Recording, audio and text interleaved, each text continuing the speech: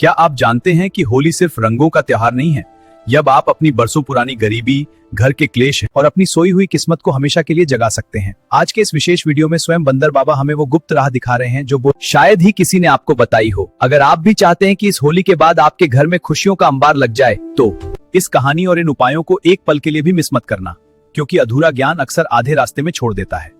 महाशिवरात्रि के बाद जब फाल्गुन की पूर्णिमा आती है, तो पूरी प्रकृति चीख चीख कर कहती है कि अब पुराने को जलाकर नया शुरू करने का वक्त आ गया है। होली की वो अग्नि सिर्फ लकड़ी नहीं जलाती, वो अवसर देती है आपके भीतर के क्रोध, अहंकार, ईर्ष्या और उस दरिद्र सोच को कर रही है। लोग अक्सर पूछते हैं, भीतर के क्रोध, अहंकार, ईर्ष्या और उस दरिद्र सोच को कर रही है। लोग अक्सर पूछते हैं, बाबा होली पर ऐसा क्या लाएं कि तिजोरी कभी खाली? कोई भी वस्तु जादू नहीं करती, जादू करती है मेहनत। लेकिन कुछ शुभ संकेत ऐसे हैं जो आपकी बंद किस्मत के ताले खोल सकते हैं। लालेर को आशंकेकार। सबसे सरल, पहले घर में साबुत लाल मिर्च लाएं, इसे दक्षिण दिशा में रखें और होलिका दहन के दिन अग्नि में डाल दें। जब वो मिर्च जले तो मन में ये सोचना कि आपके घर की सारी नकारात्मकता और बीमारियां इस आग में खाक हो रही हैं। द्वार की शुद्ध ने मुख्य द्वार पर आम या अशोक के पत्तों का तोरण लगाएं। ये हरे पत्ते जीवन और समृद्धि के प्रतीक हैं। होली के दिन इन्हें अग्नि को समर्पित कर दें, जिसका अर्थ है पुरानी ऊर्जा को विदा कर नई खुशियों का स्वागत करना। लक्ष्मी का वास, फाल्गुन पूर्णिमा के दिन चांदी का एक छोटा सिक्का घर लाएं। माता लक्ष्मी का ध्यान कर इसे लाल कपड़े में बांधकर अपनी तिजोरी में रखें। याद रखना, धन वहीं टिकता है जहां उसका सम्मान होता है। अहंकार की आहुति, सूखा नारियल लाएं, उस पर स्वास्तिक बनाएं और होलिका दहन। ये नारियल आपका अहंकार है। जिस दिन अहंकार जल गया, उस दिन ईश्वर स्वयं आपके द्वार आएंगे। बाबा एक विशेष औषधि की बात भी करते हैं। इसकी जड़ का पूजन कर इसे दाहिने हाथ में धारण करना एक आध्यात्मिक संकल्प है कि अब से आपकी मेहनत को सही दिशा मिलेगी और मां लक्ष्मी की कृपा आप पर बरसती रहेगी। दोस्तों, बंदर बाबा की ये बातें सिर्फ शब्द नहीं बल्कि जीवन बदलने का मंत्र हैं। अगर आपको लगा हो कि आज की इस छोटी सी भेंट ने आपके दिल को छुआ है और आप भी अपनी जिंदगी में एक सकारात्मक बदलाव चाहते हैं, तो इस वीडियो को एक लाइक जरूर दें।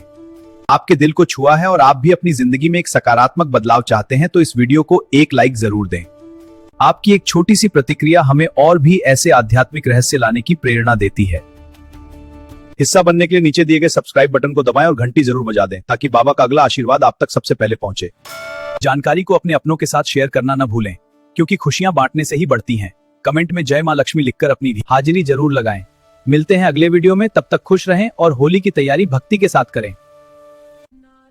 मेरे प्यारे राम भक्तों, आज हम उस चर्चा को आगे बढ़ाएंगे जो हमारे जीवन की दिशा बदल सकती है। आज हम यहाँ केवल बैठने नहीं आए हैं, बल्कि अपनी आत्मा को झकझोरने आए हैं। अक्सर हम दुनिया की भीड़ में इतने खो जाते हैं कि हम यह भूल जाते हैं कि हम यहाँ आए क्यों थे। देखो भाई, ये जो तुम समझते हो ना कि तुम सिर्फ हाड़ मांस का पुतला हो, ये गलत है। तुम उस परमात्मा का अंश हो। मेरा मेरा करते हो, ये सब यहीं धरा रह जाएगा। रावण के पास सोने की लंका थी, पर साथ क्या गया? खाली हाथ। इंसान कहता है जब पैसा आएगा तब मैं खुश रहूंगा, और पैसा कहता है कि जब तू खुश रहना सीखेगा तब मैं आऊंगा। जैसे बंदर फल पकड़ता है और मुट्ठी नहीं खोलता, वैसे ही हमने भी अपनी वासनाओं पकड़ रखा है। जब तक मुट्ठी नहीं खोलोगे, तब अहंकार वो दीवार है जो भक्त और भगवान के बीच खड़ी है। इस दीवार को गिराओ और देखो कैसे कृपा बरसती है। भक्ति का मतलब ये नहीं कि आप कामकाज छोड़कर बैठ जाएं। हनुमान जी ने क्या किया? उन्होंने भक्ति भी की और प्रभु श्री राम का काज भी किया। कर्म ही पूजा है, लेकिन तब जब उस कर्म में छल ना हो। अगर आप अपना काम ईमानदारी से कर रहे हैं, किसी का दिल नहीं दुखा रहे हैं, तो वही सबसे बड़ा सत्संग है। अक्सर लोग पूछते हैं कि भगवान दिखते क्यों नहीं? भाई, हवा दिखती नहीं पर महसूस होती है। वैसे ही राम नाम का अनुभव तब होगा जब तुम्हारा अपना चेहरा नहीं देखना दिखता। वैसे ही अशांत और क्रोधी मन में ईश्वर की छवि नहीं दिखती। मन को स्थिर करो, सुमिरन करो। भगवान कहाँ रहते हैं? क्या केवल मंदिरों में? नहीं, ईश्वर अंश जीव हर प्राणी में उस राम का वास है। अगर तुम किसी बेजुबान को मार रहे हो, किसी गरीब का हक छीन रहे हो, तो फिर चाहे कितनी भी माला जप लो, वो स्वीकार नहीं होगी। असली सत्संग वो है जो तुम्हें दयालु बनाए। सिखाते हैं कि प्रेम ही वो भाषा है जो गूंगा बोल सकता है और बहरा सुन सकता है। तुम्हारे आंसू पोंछने के लिए साक्षात नारायण आएंगे। अंत में बस इतना ही कहूंगा कि समय रेत की तरह हाथ से फिसल रहा है। आज है, कल का भरोसा नहीं। इसलिए एक सिंह से राम नाम को अपने जीवन का आधार बना लो। कलयुग केवल नाम धारा, सुमिरी सुमिरी नर उतरही पारा। जीवन में चाहे कितनी भी परेशानियां राम हो, उसका काल भी कुछ नहीं बिगाड़ सकता। जय श्री राम, जय हनुमान। आशा है कि बंदर बाबा के इन वचनों ने आपके हृदय को छुआ होगा। अगर आपको इस सत्संग से थोड़ी भी प्रेरणा मिली है, तो इस वीडियो को लाइक करके हमारा उत्साह बढ़ाएं। इसे अपने कम से कम 5 मित्रों और परिवार के समूहों में शेयर करें, ताकि धर्म का ऐसे ही और आध्यात्मिक चर्चाओं और सत्संग के लिए हमारे चैनल को सब्सक्राइब करें और घंटी वाला बटन दबाकर ऑल नोटिफिकेशन ऑन कर लें। और हाँ, कमेंट बॉक्स में अपनी श्रद्धा दें। प्रकट करते हुए जय श्री राम या जय बजरंगबली लिखना न भूलें। प्रभु आप सबका कल्याण करें। धन्यवाद। सावधान, इस साल होली पर रंग खेलना आपको कंगाल और बर्बाद कर सकता है। आखिर क्यों बंदर बाबा ने दी है इस बार बड़ी चेतावनी? अगर 3 मार्च को रंग खेला तो समझो ग्रहण का साया आपके पूरे परिवार को घेर लेगा। आखिर क्या है वो भयानक सच जो भारत के 90% लोगों को पता ही नहीं है? भक्तों, जय श्री कृष्णा। इस साल की होली सामान्य होगी नहीं है। खुशियों के इस त्योहार पर एक बहुत बड़ी सावधानी रखने की जरूरत है। कहीं आपकी एक छोटी सी चूक आपको ग्रहण के अशुभ साये में न धकेल दे और आपकी खुशियों को ग्रहण न लग जाए। अब आप सोच रहे होंगे कि आखिर माजरा क्या है। शास्त्रों की इस गंभीर गणना और बंदर बाबा के संकेत को ध्यान से समझिए। होलिका दहन का विधान इस साल पूर्णिमा तिथि 2 मार्च की शाम से शुरू हो रही है, इसलिए शास्त्र सम्मत होलिका दहन इसी दिन संपन्न किया जाएगा। बुराई पर अच्छाई की जीत का यह पर्व चंद्र ग्रहण का साधना है कि 3 मार्च की शाम को चंद्र ग्रहण लगने जा रहा है। शास्त्रों के अनुसार ग्रहण लगने से ठीक 9 घंटे पहले सूतक काल शुरू हो जाता है।